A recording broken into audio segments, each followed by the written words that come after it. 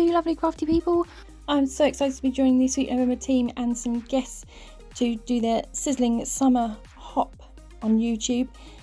You can stand the chance to win the entire June release from Sweet November stamps, which you can also buy now in the Crafty Purple Frog shop as well as the Sweet November stamp store.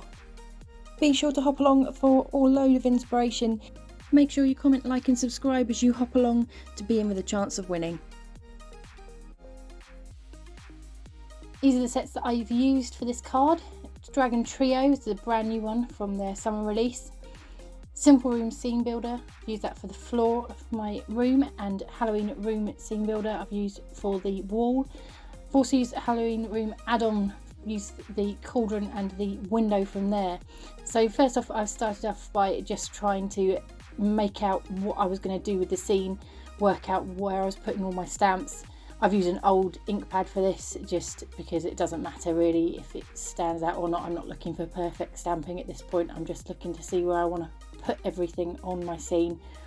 Decided to go with the wooden floor instead of using a brick floor that also comes with the Halloween Room Scene Builder set, just because I wimped out basically. I didn't want to have to do it the same sort of colours as the wall. I thought I might end up losing the definition, so I went for a wooden floor instead. So there I've just worked out exactly where I'm placing everything, and then I've decided I'm going to colour over the bits that I want to stand out, just so that I can work out in my head what's going where. So the bits that I'm colouring in yellow are the bits that I'm going to be putting as my first stamps that I put down, and basically all the ones that I'm colouring in are ones that I'm going to need to make masks for. So that window is going to be behind the dragon but in front of the wall. So I need to make my little mask. So here I'm using Heavy Doodle memo tape to just make some little masks for my images. Again, it doesn't matter if they're stamped well for your masks because you're just going to stamp over the top of them anyway. Then I fussy cut out each of these shapes and use a big pair of scissors because that's what I like. I know a lot of people like smaller ones, but I like using big scissors. Good tip is to turn the paper rather than the scissors when you're doing this sort of fussy cutting. And also if you're doing it for masking, it's good if you can keep sort of in the middle of those black lines. So rather than cutting right to the edge and potentially leaving a little bit that will just give you like a halo effect, cut right up to the line and sort of almost into that black line really if you can. Just means that you get closer images and it doesn't look like there's a gap between them. So I've obviously sped this up for you so that it's not as painful, and don't worry, this is the only one that I have put on this video for you. The rest of them you don't have to sit and watch me cut through.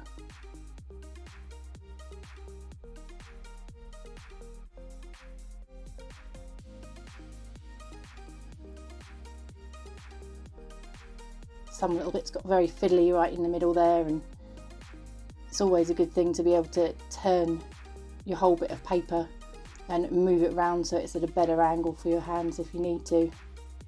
Never be worried to turn things around if it makes it easier for you.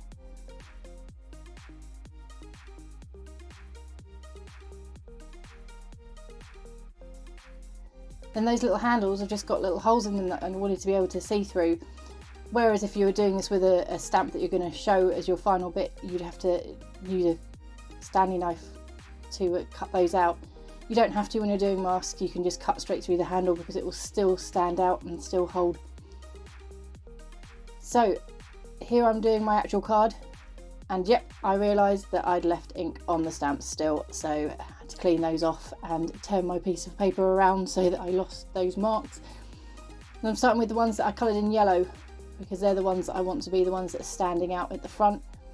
And then I'll have that window, it's the blue one, so I can stamp that on because that will put it behind the dragon.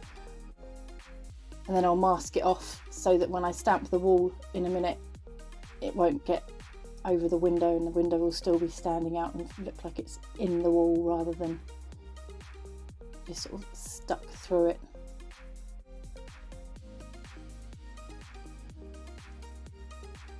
This is why I love using a tool like this for a stamping platform, because you can actually see where I missed a little bit in the middle.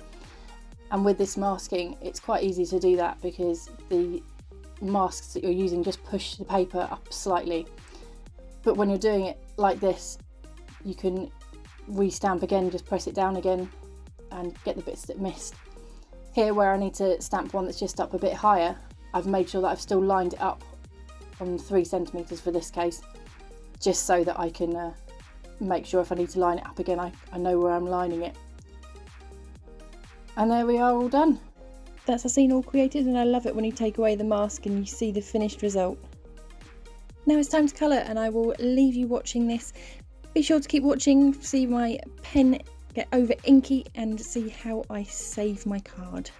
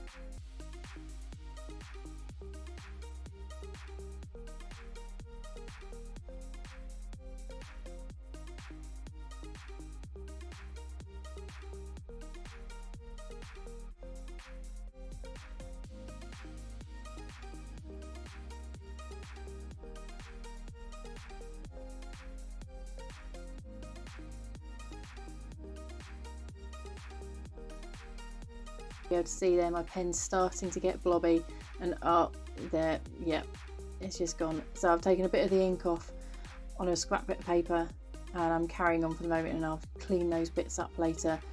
There's no way that I'm going to lose all the colouring that I've just done just because of that.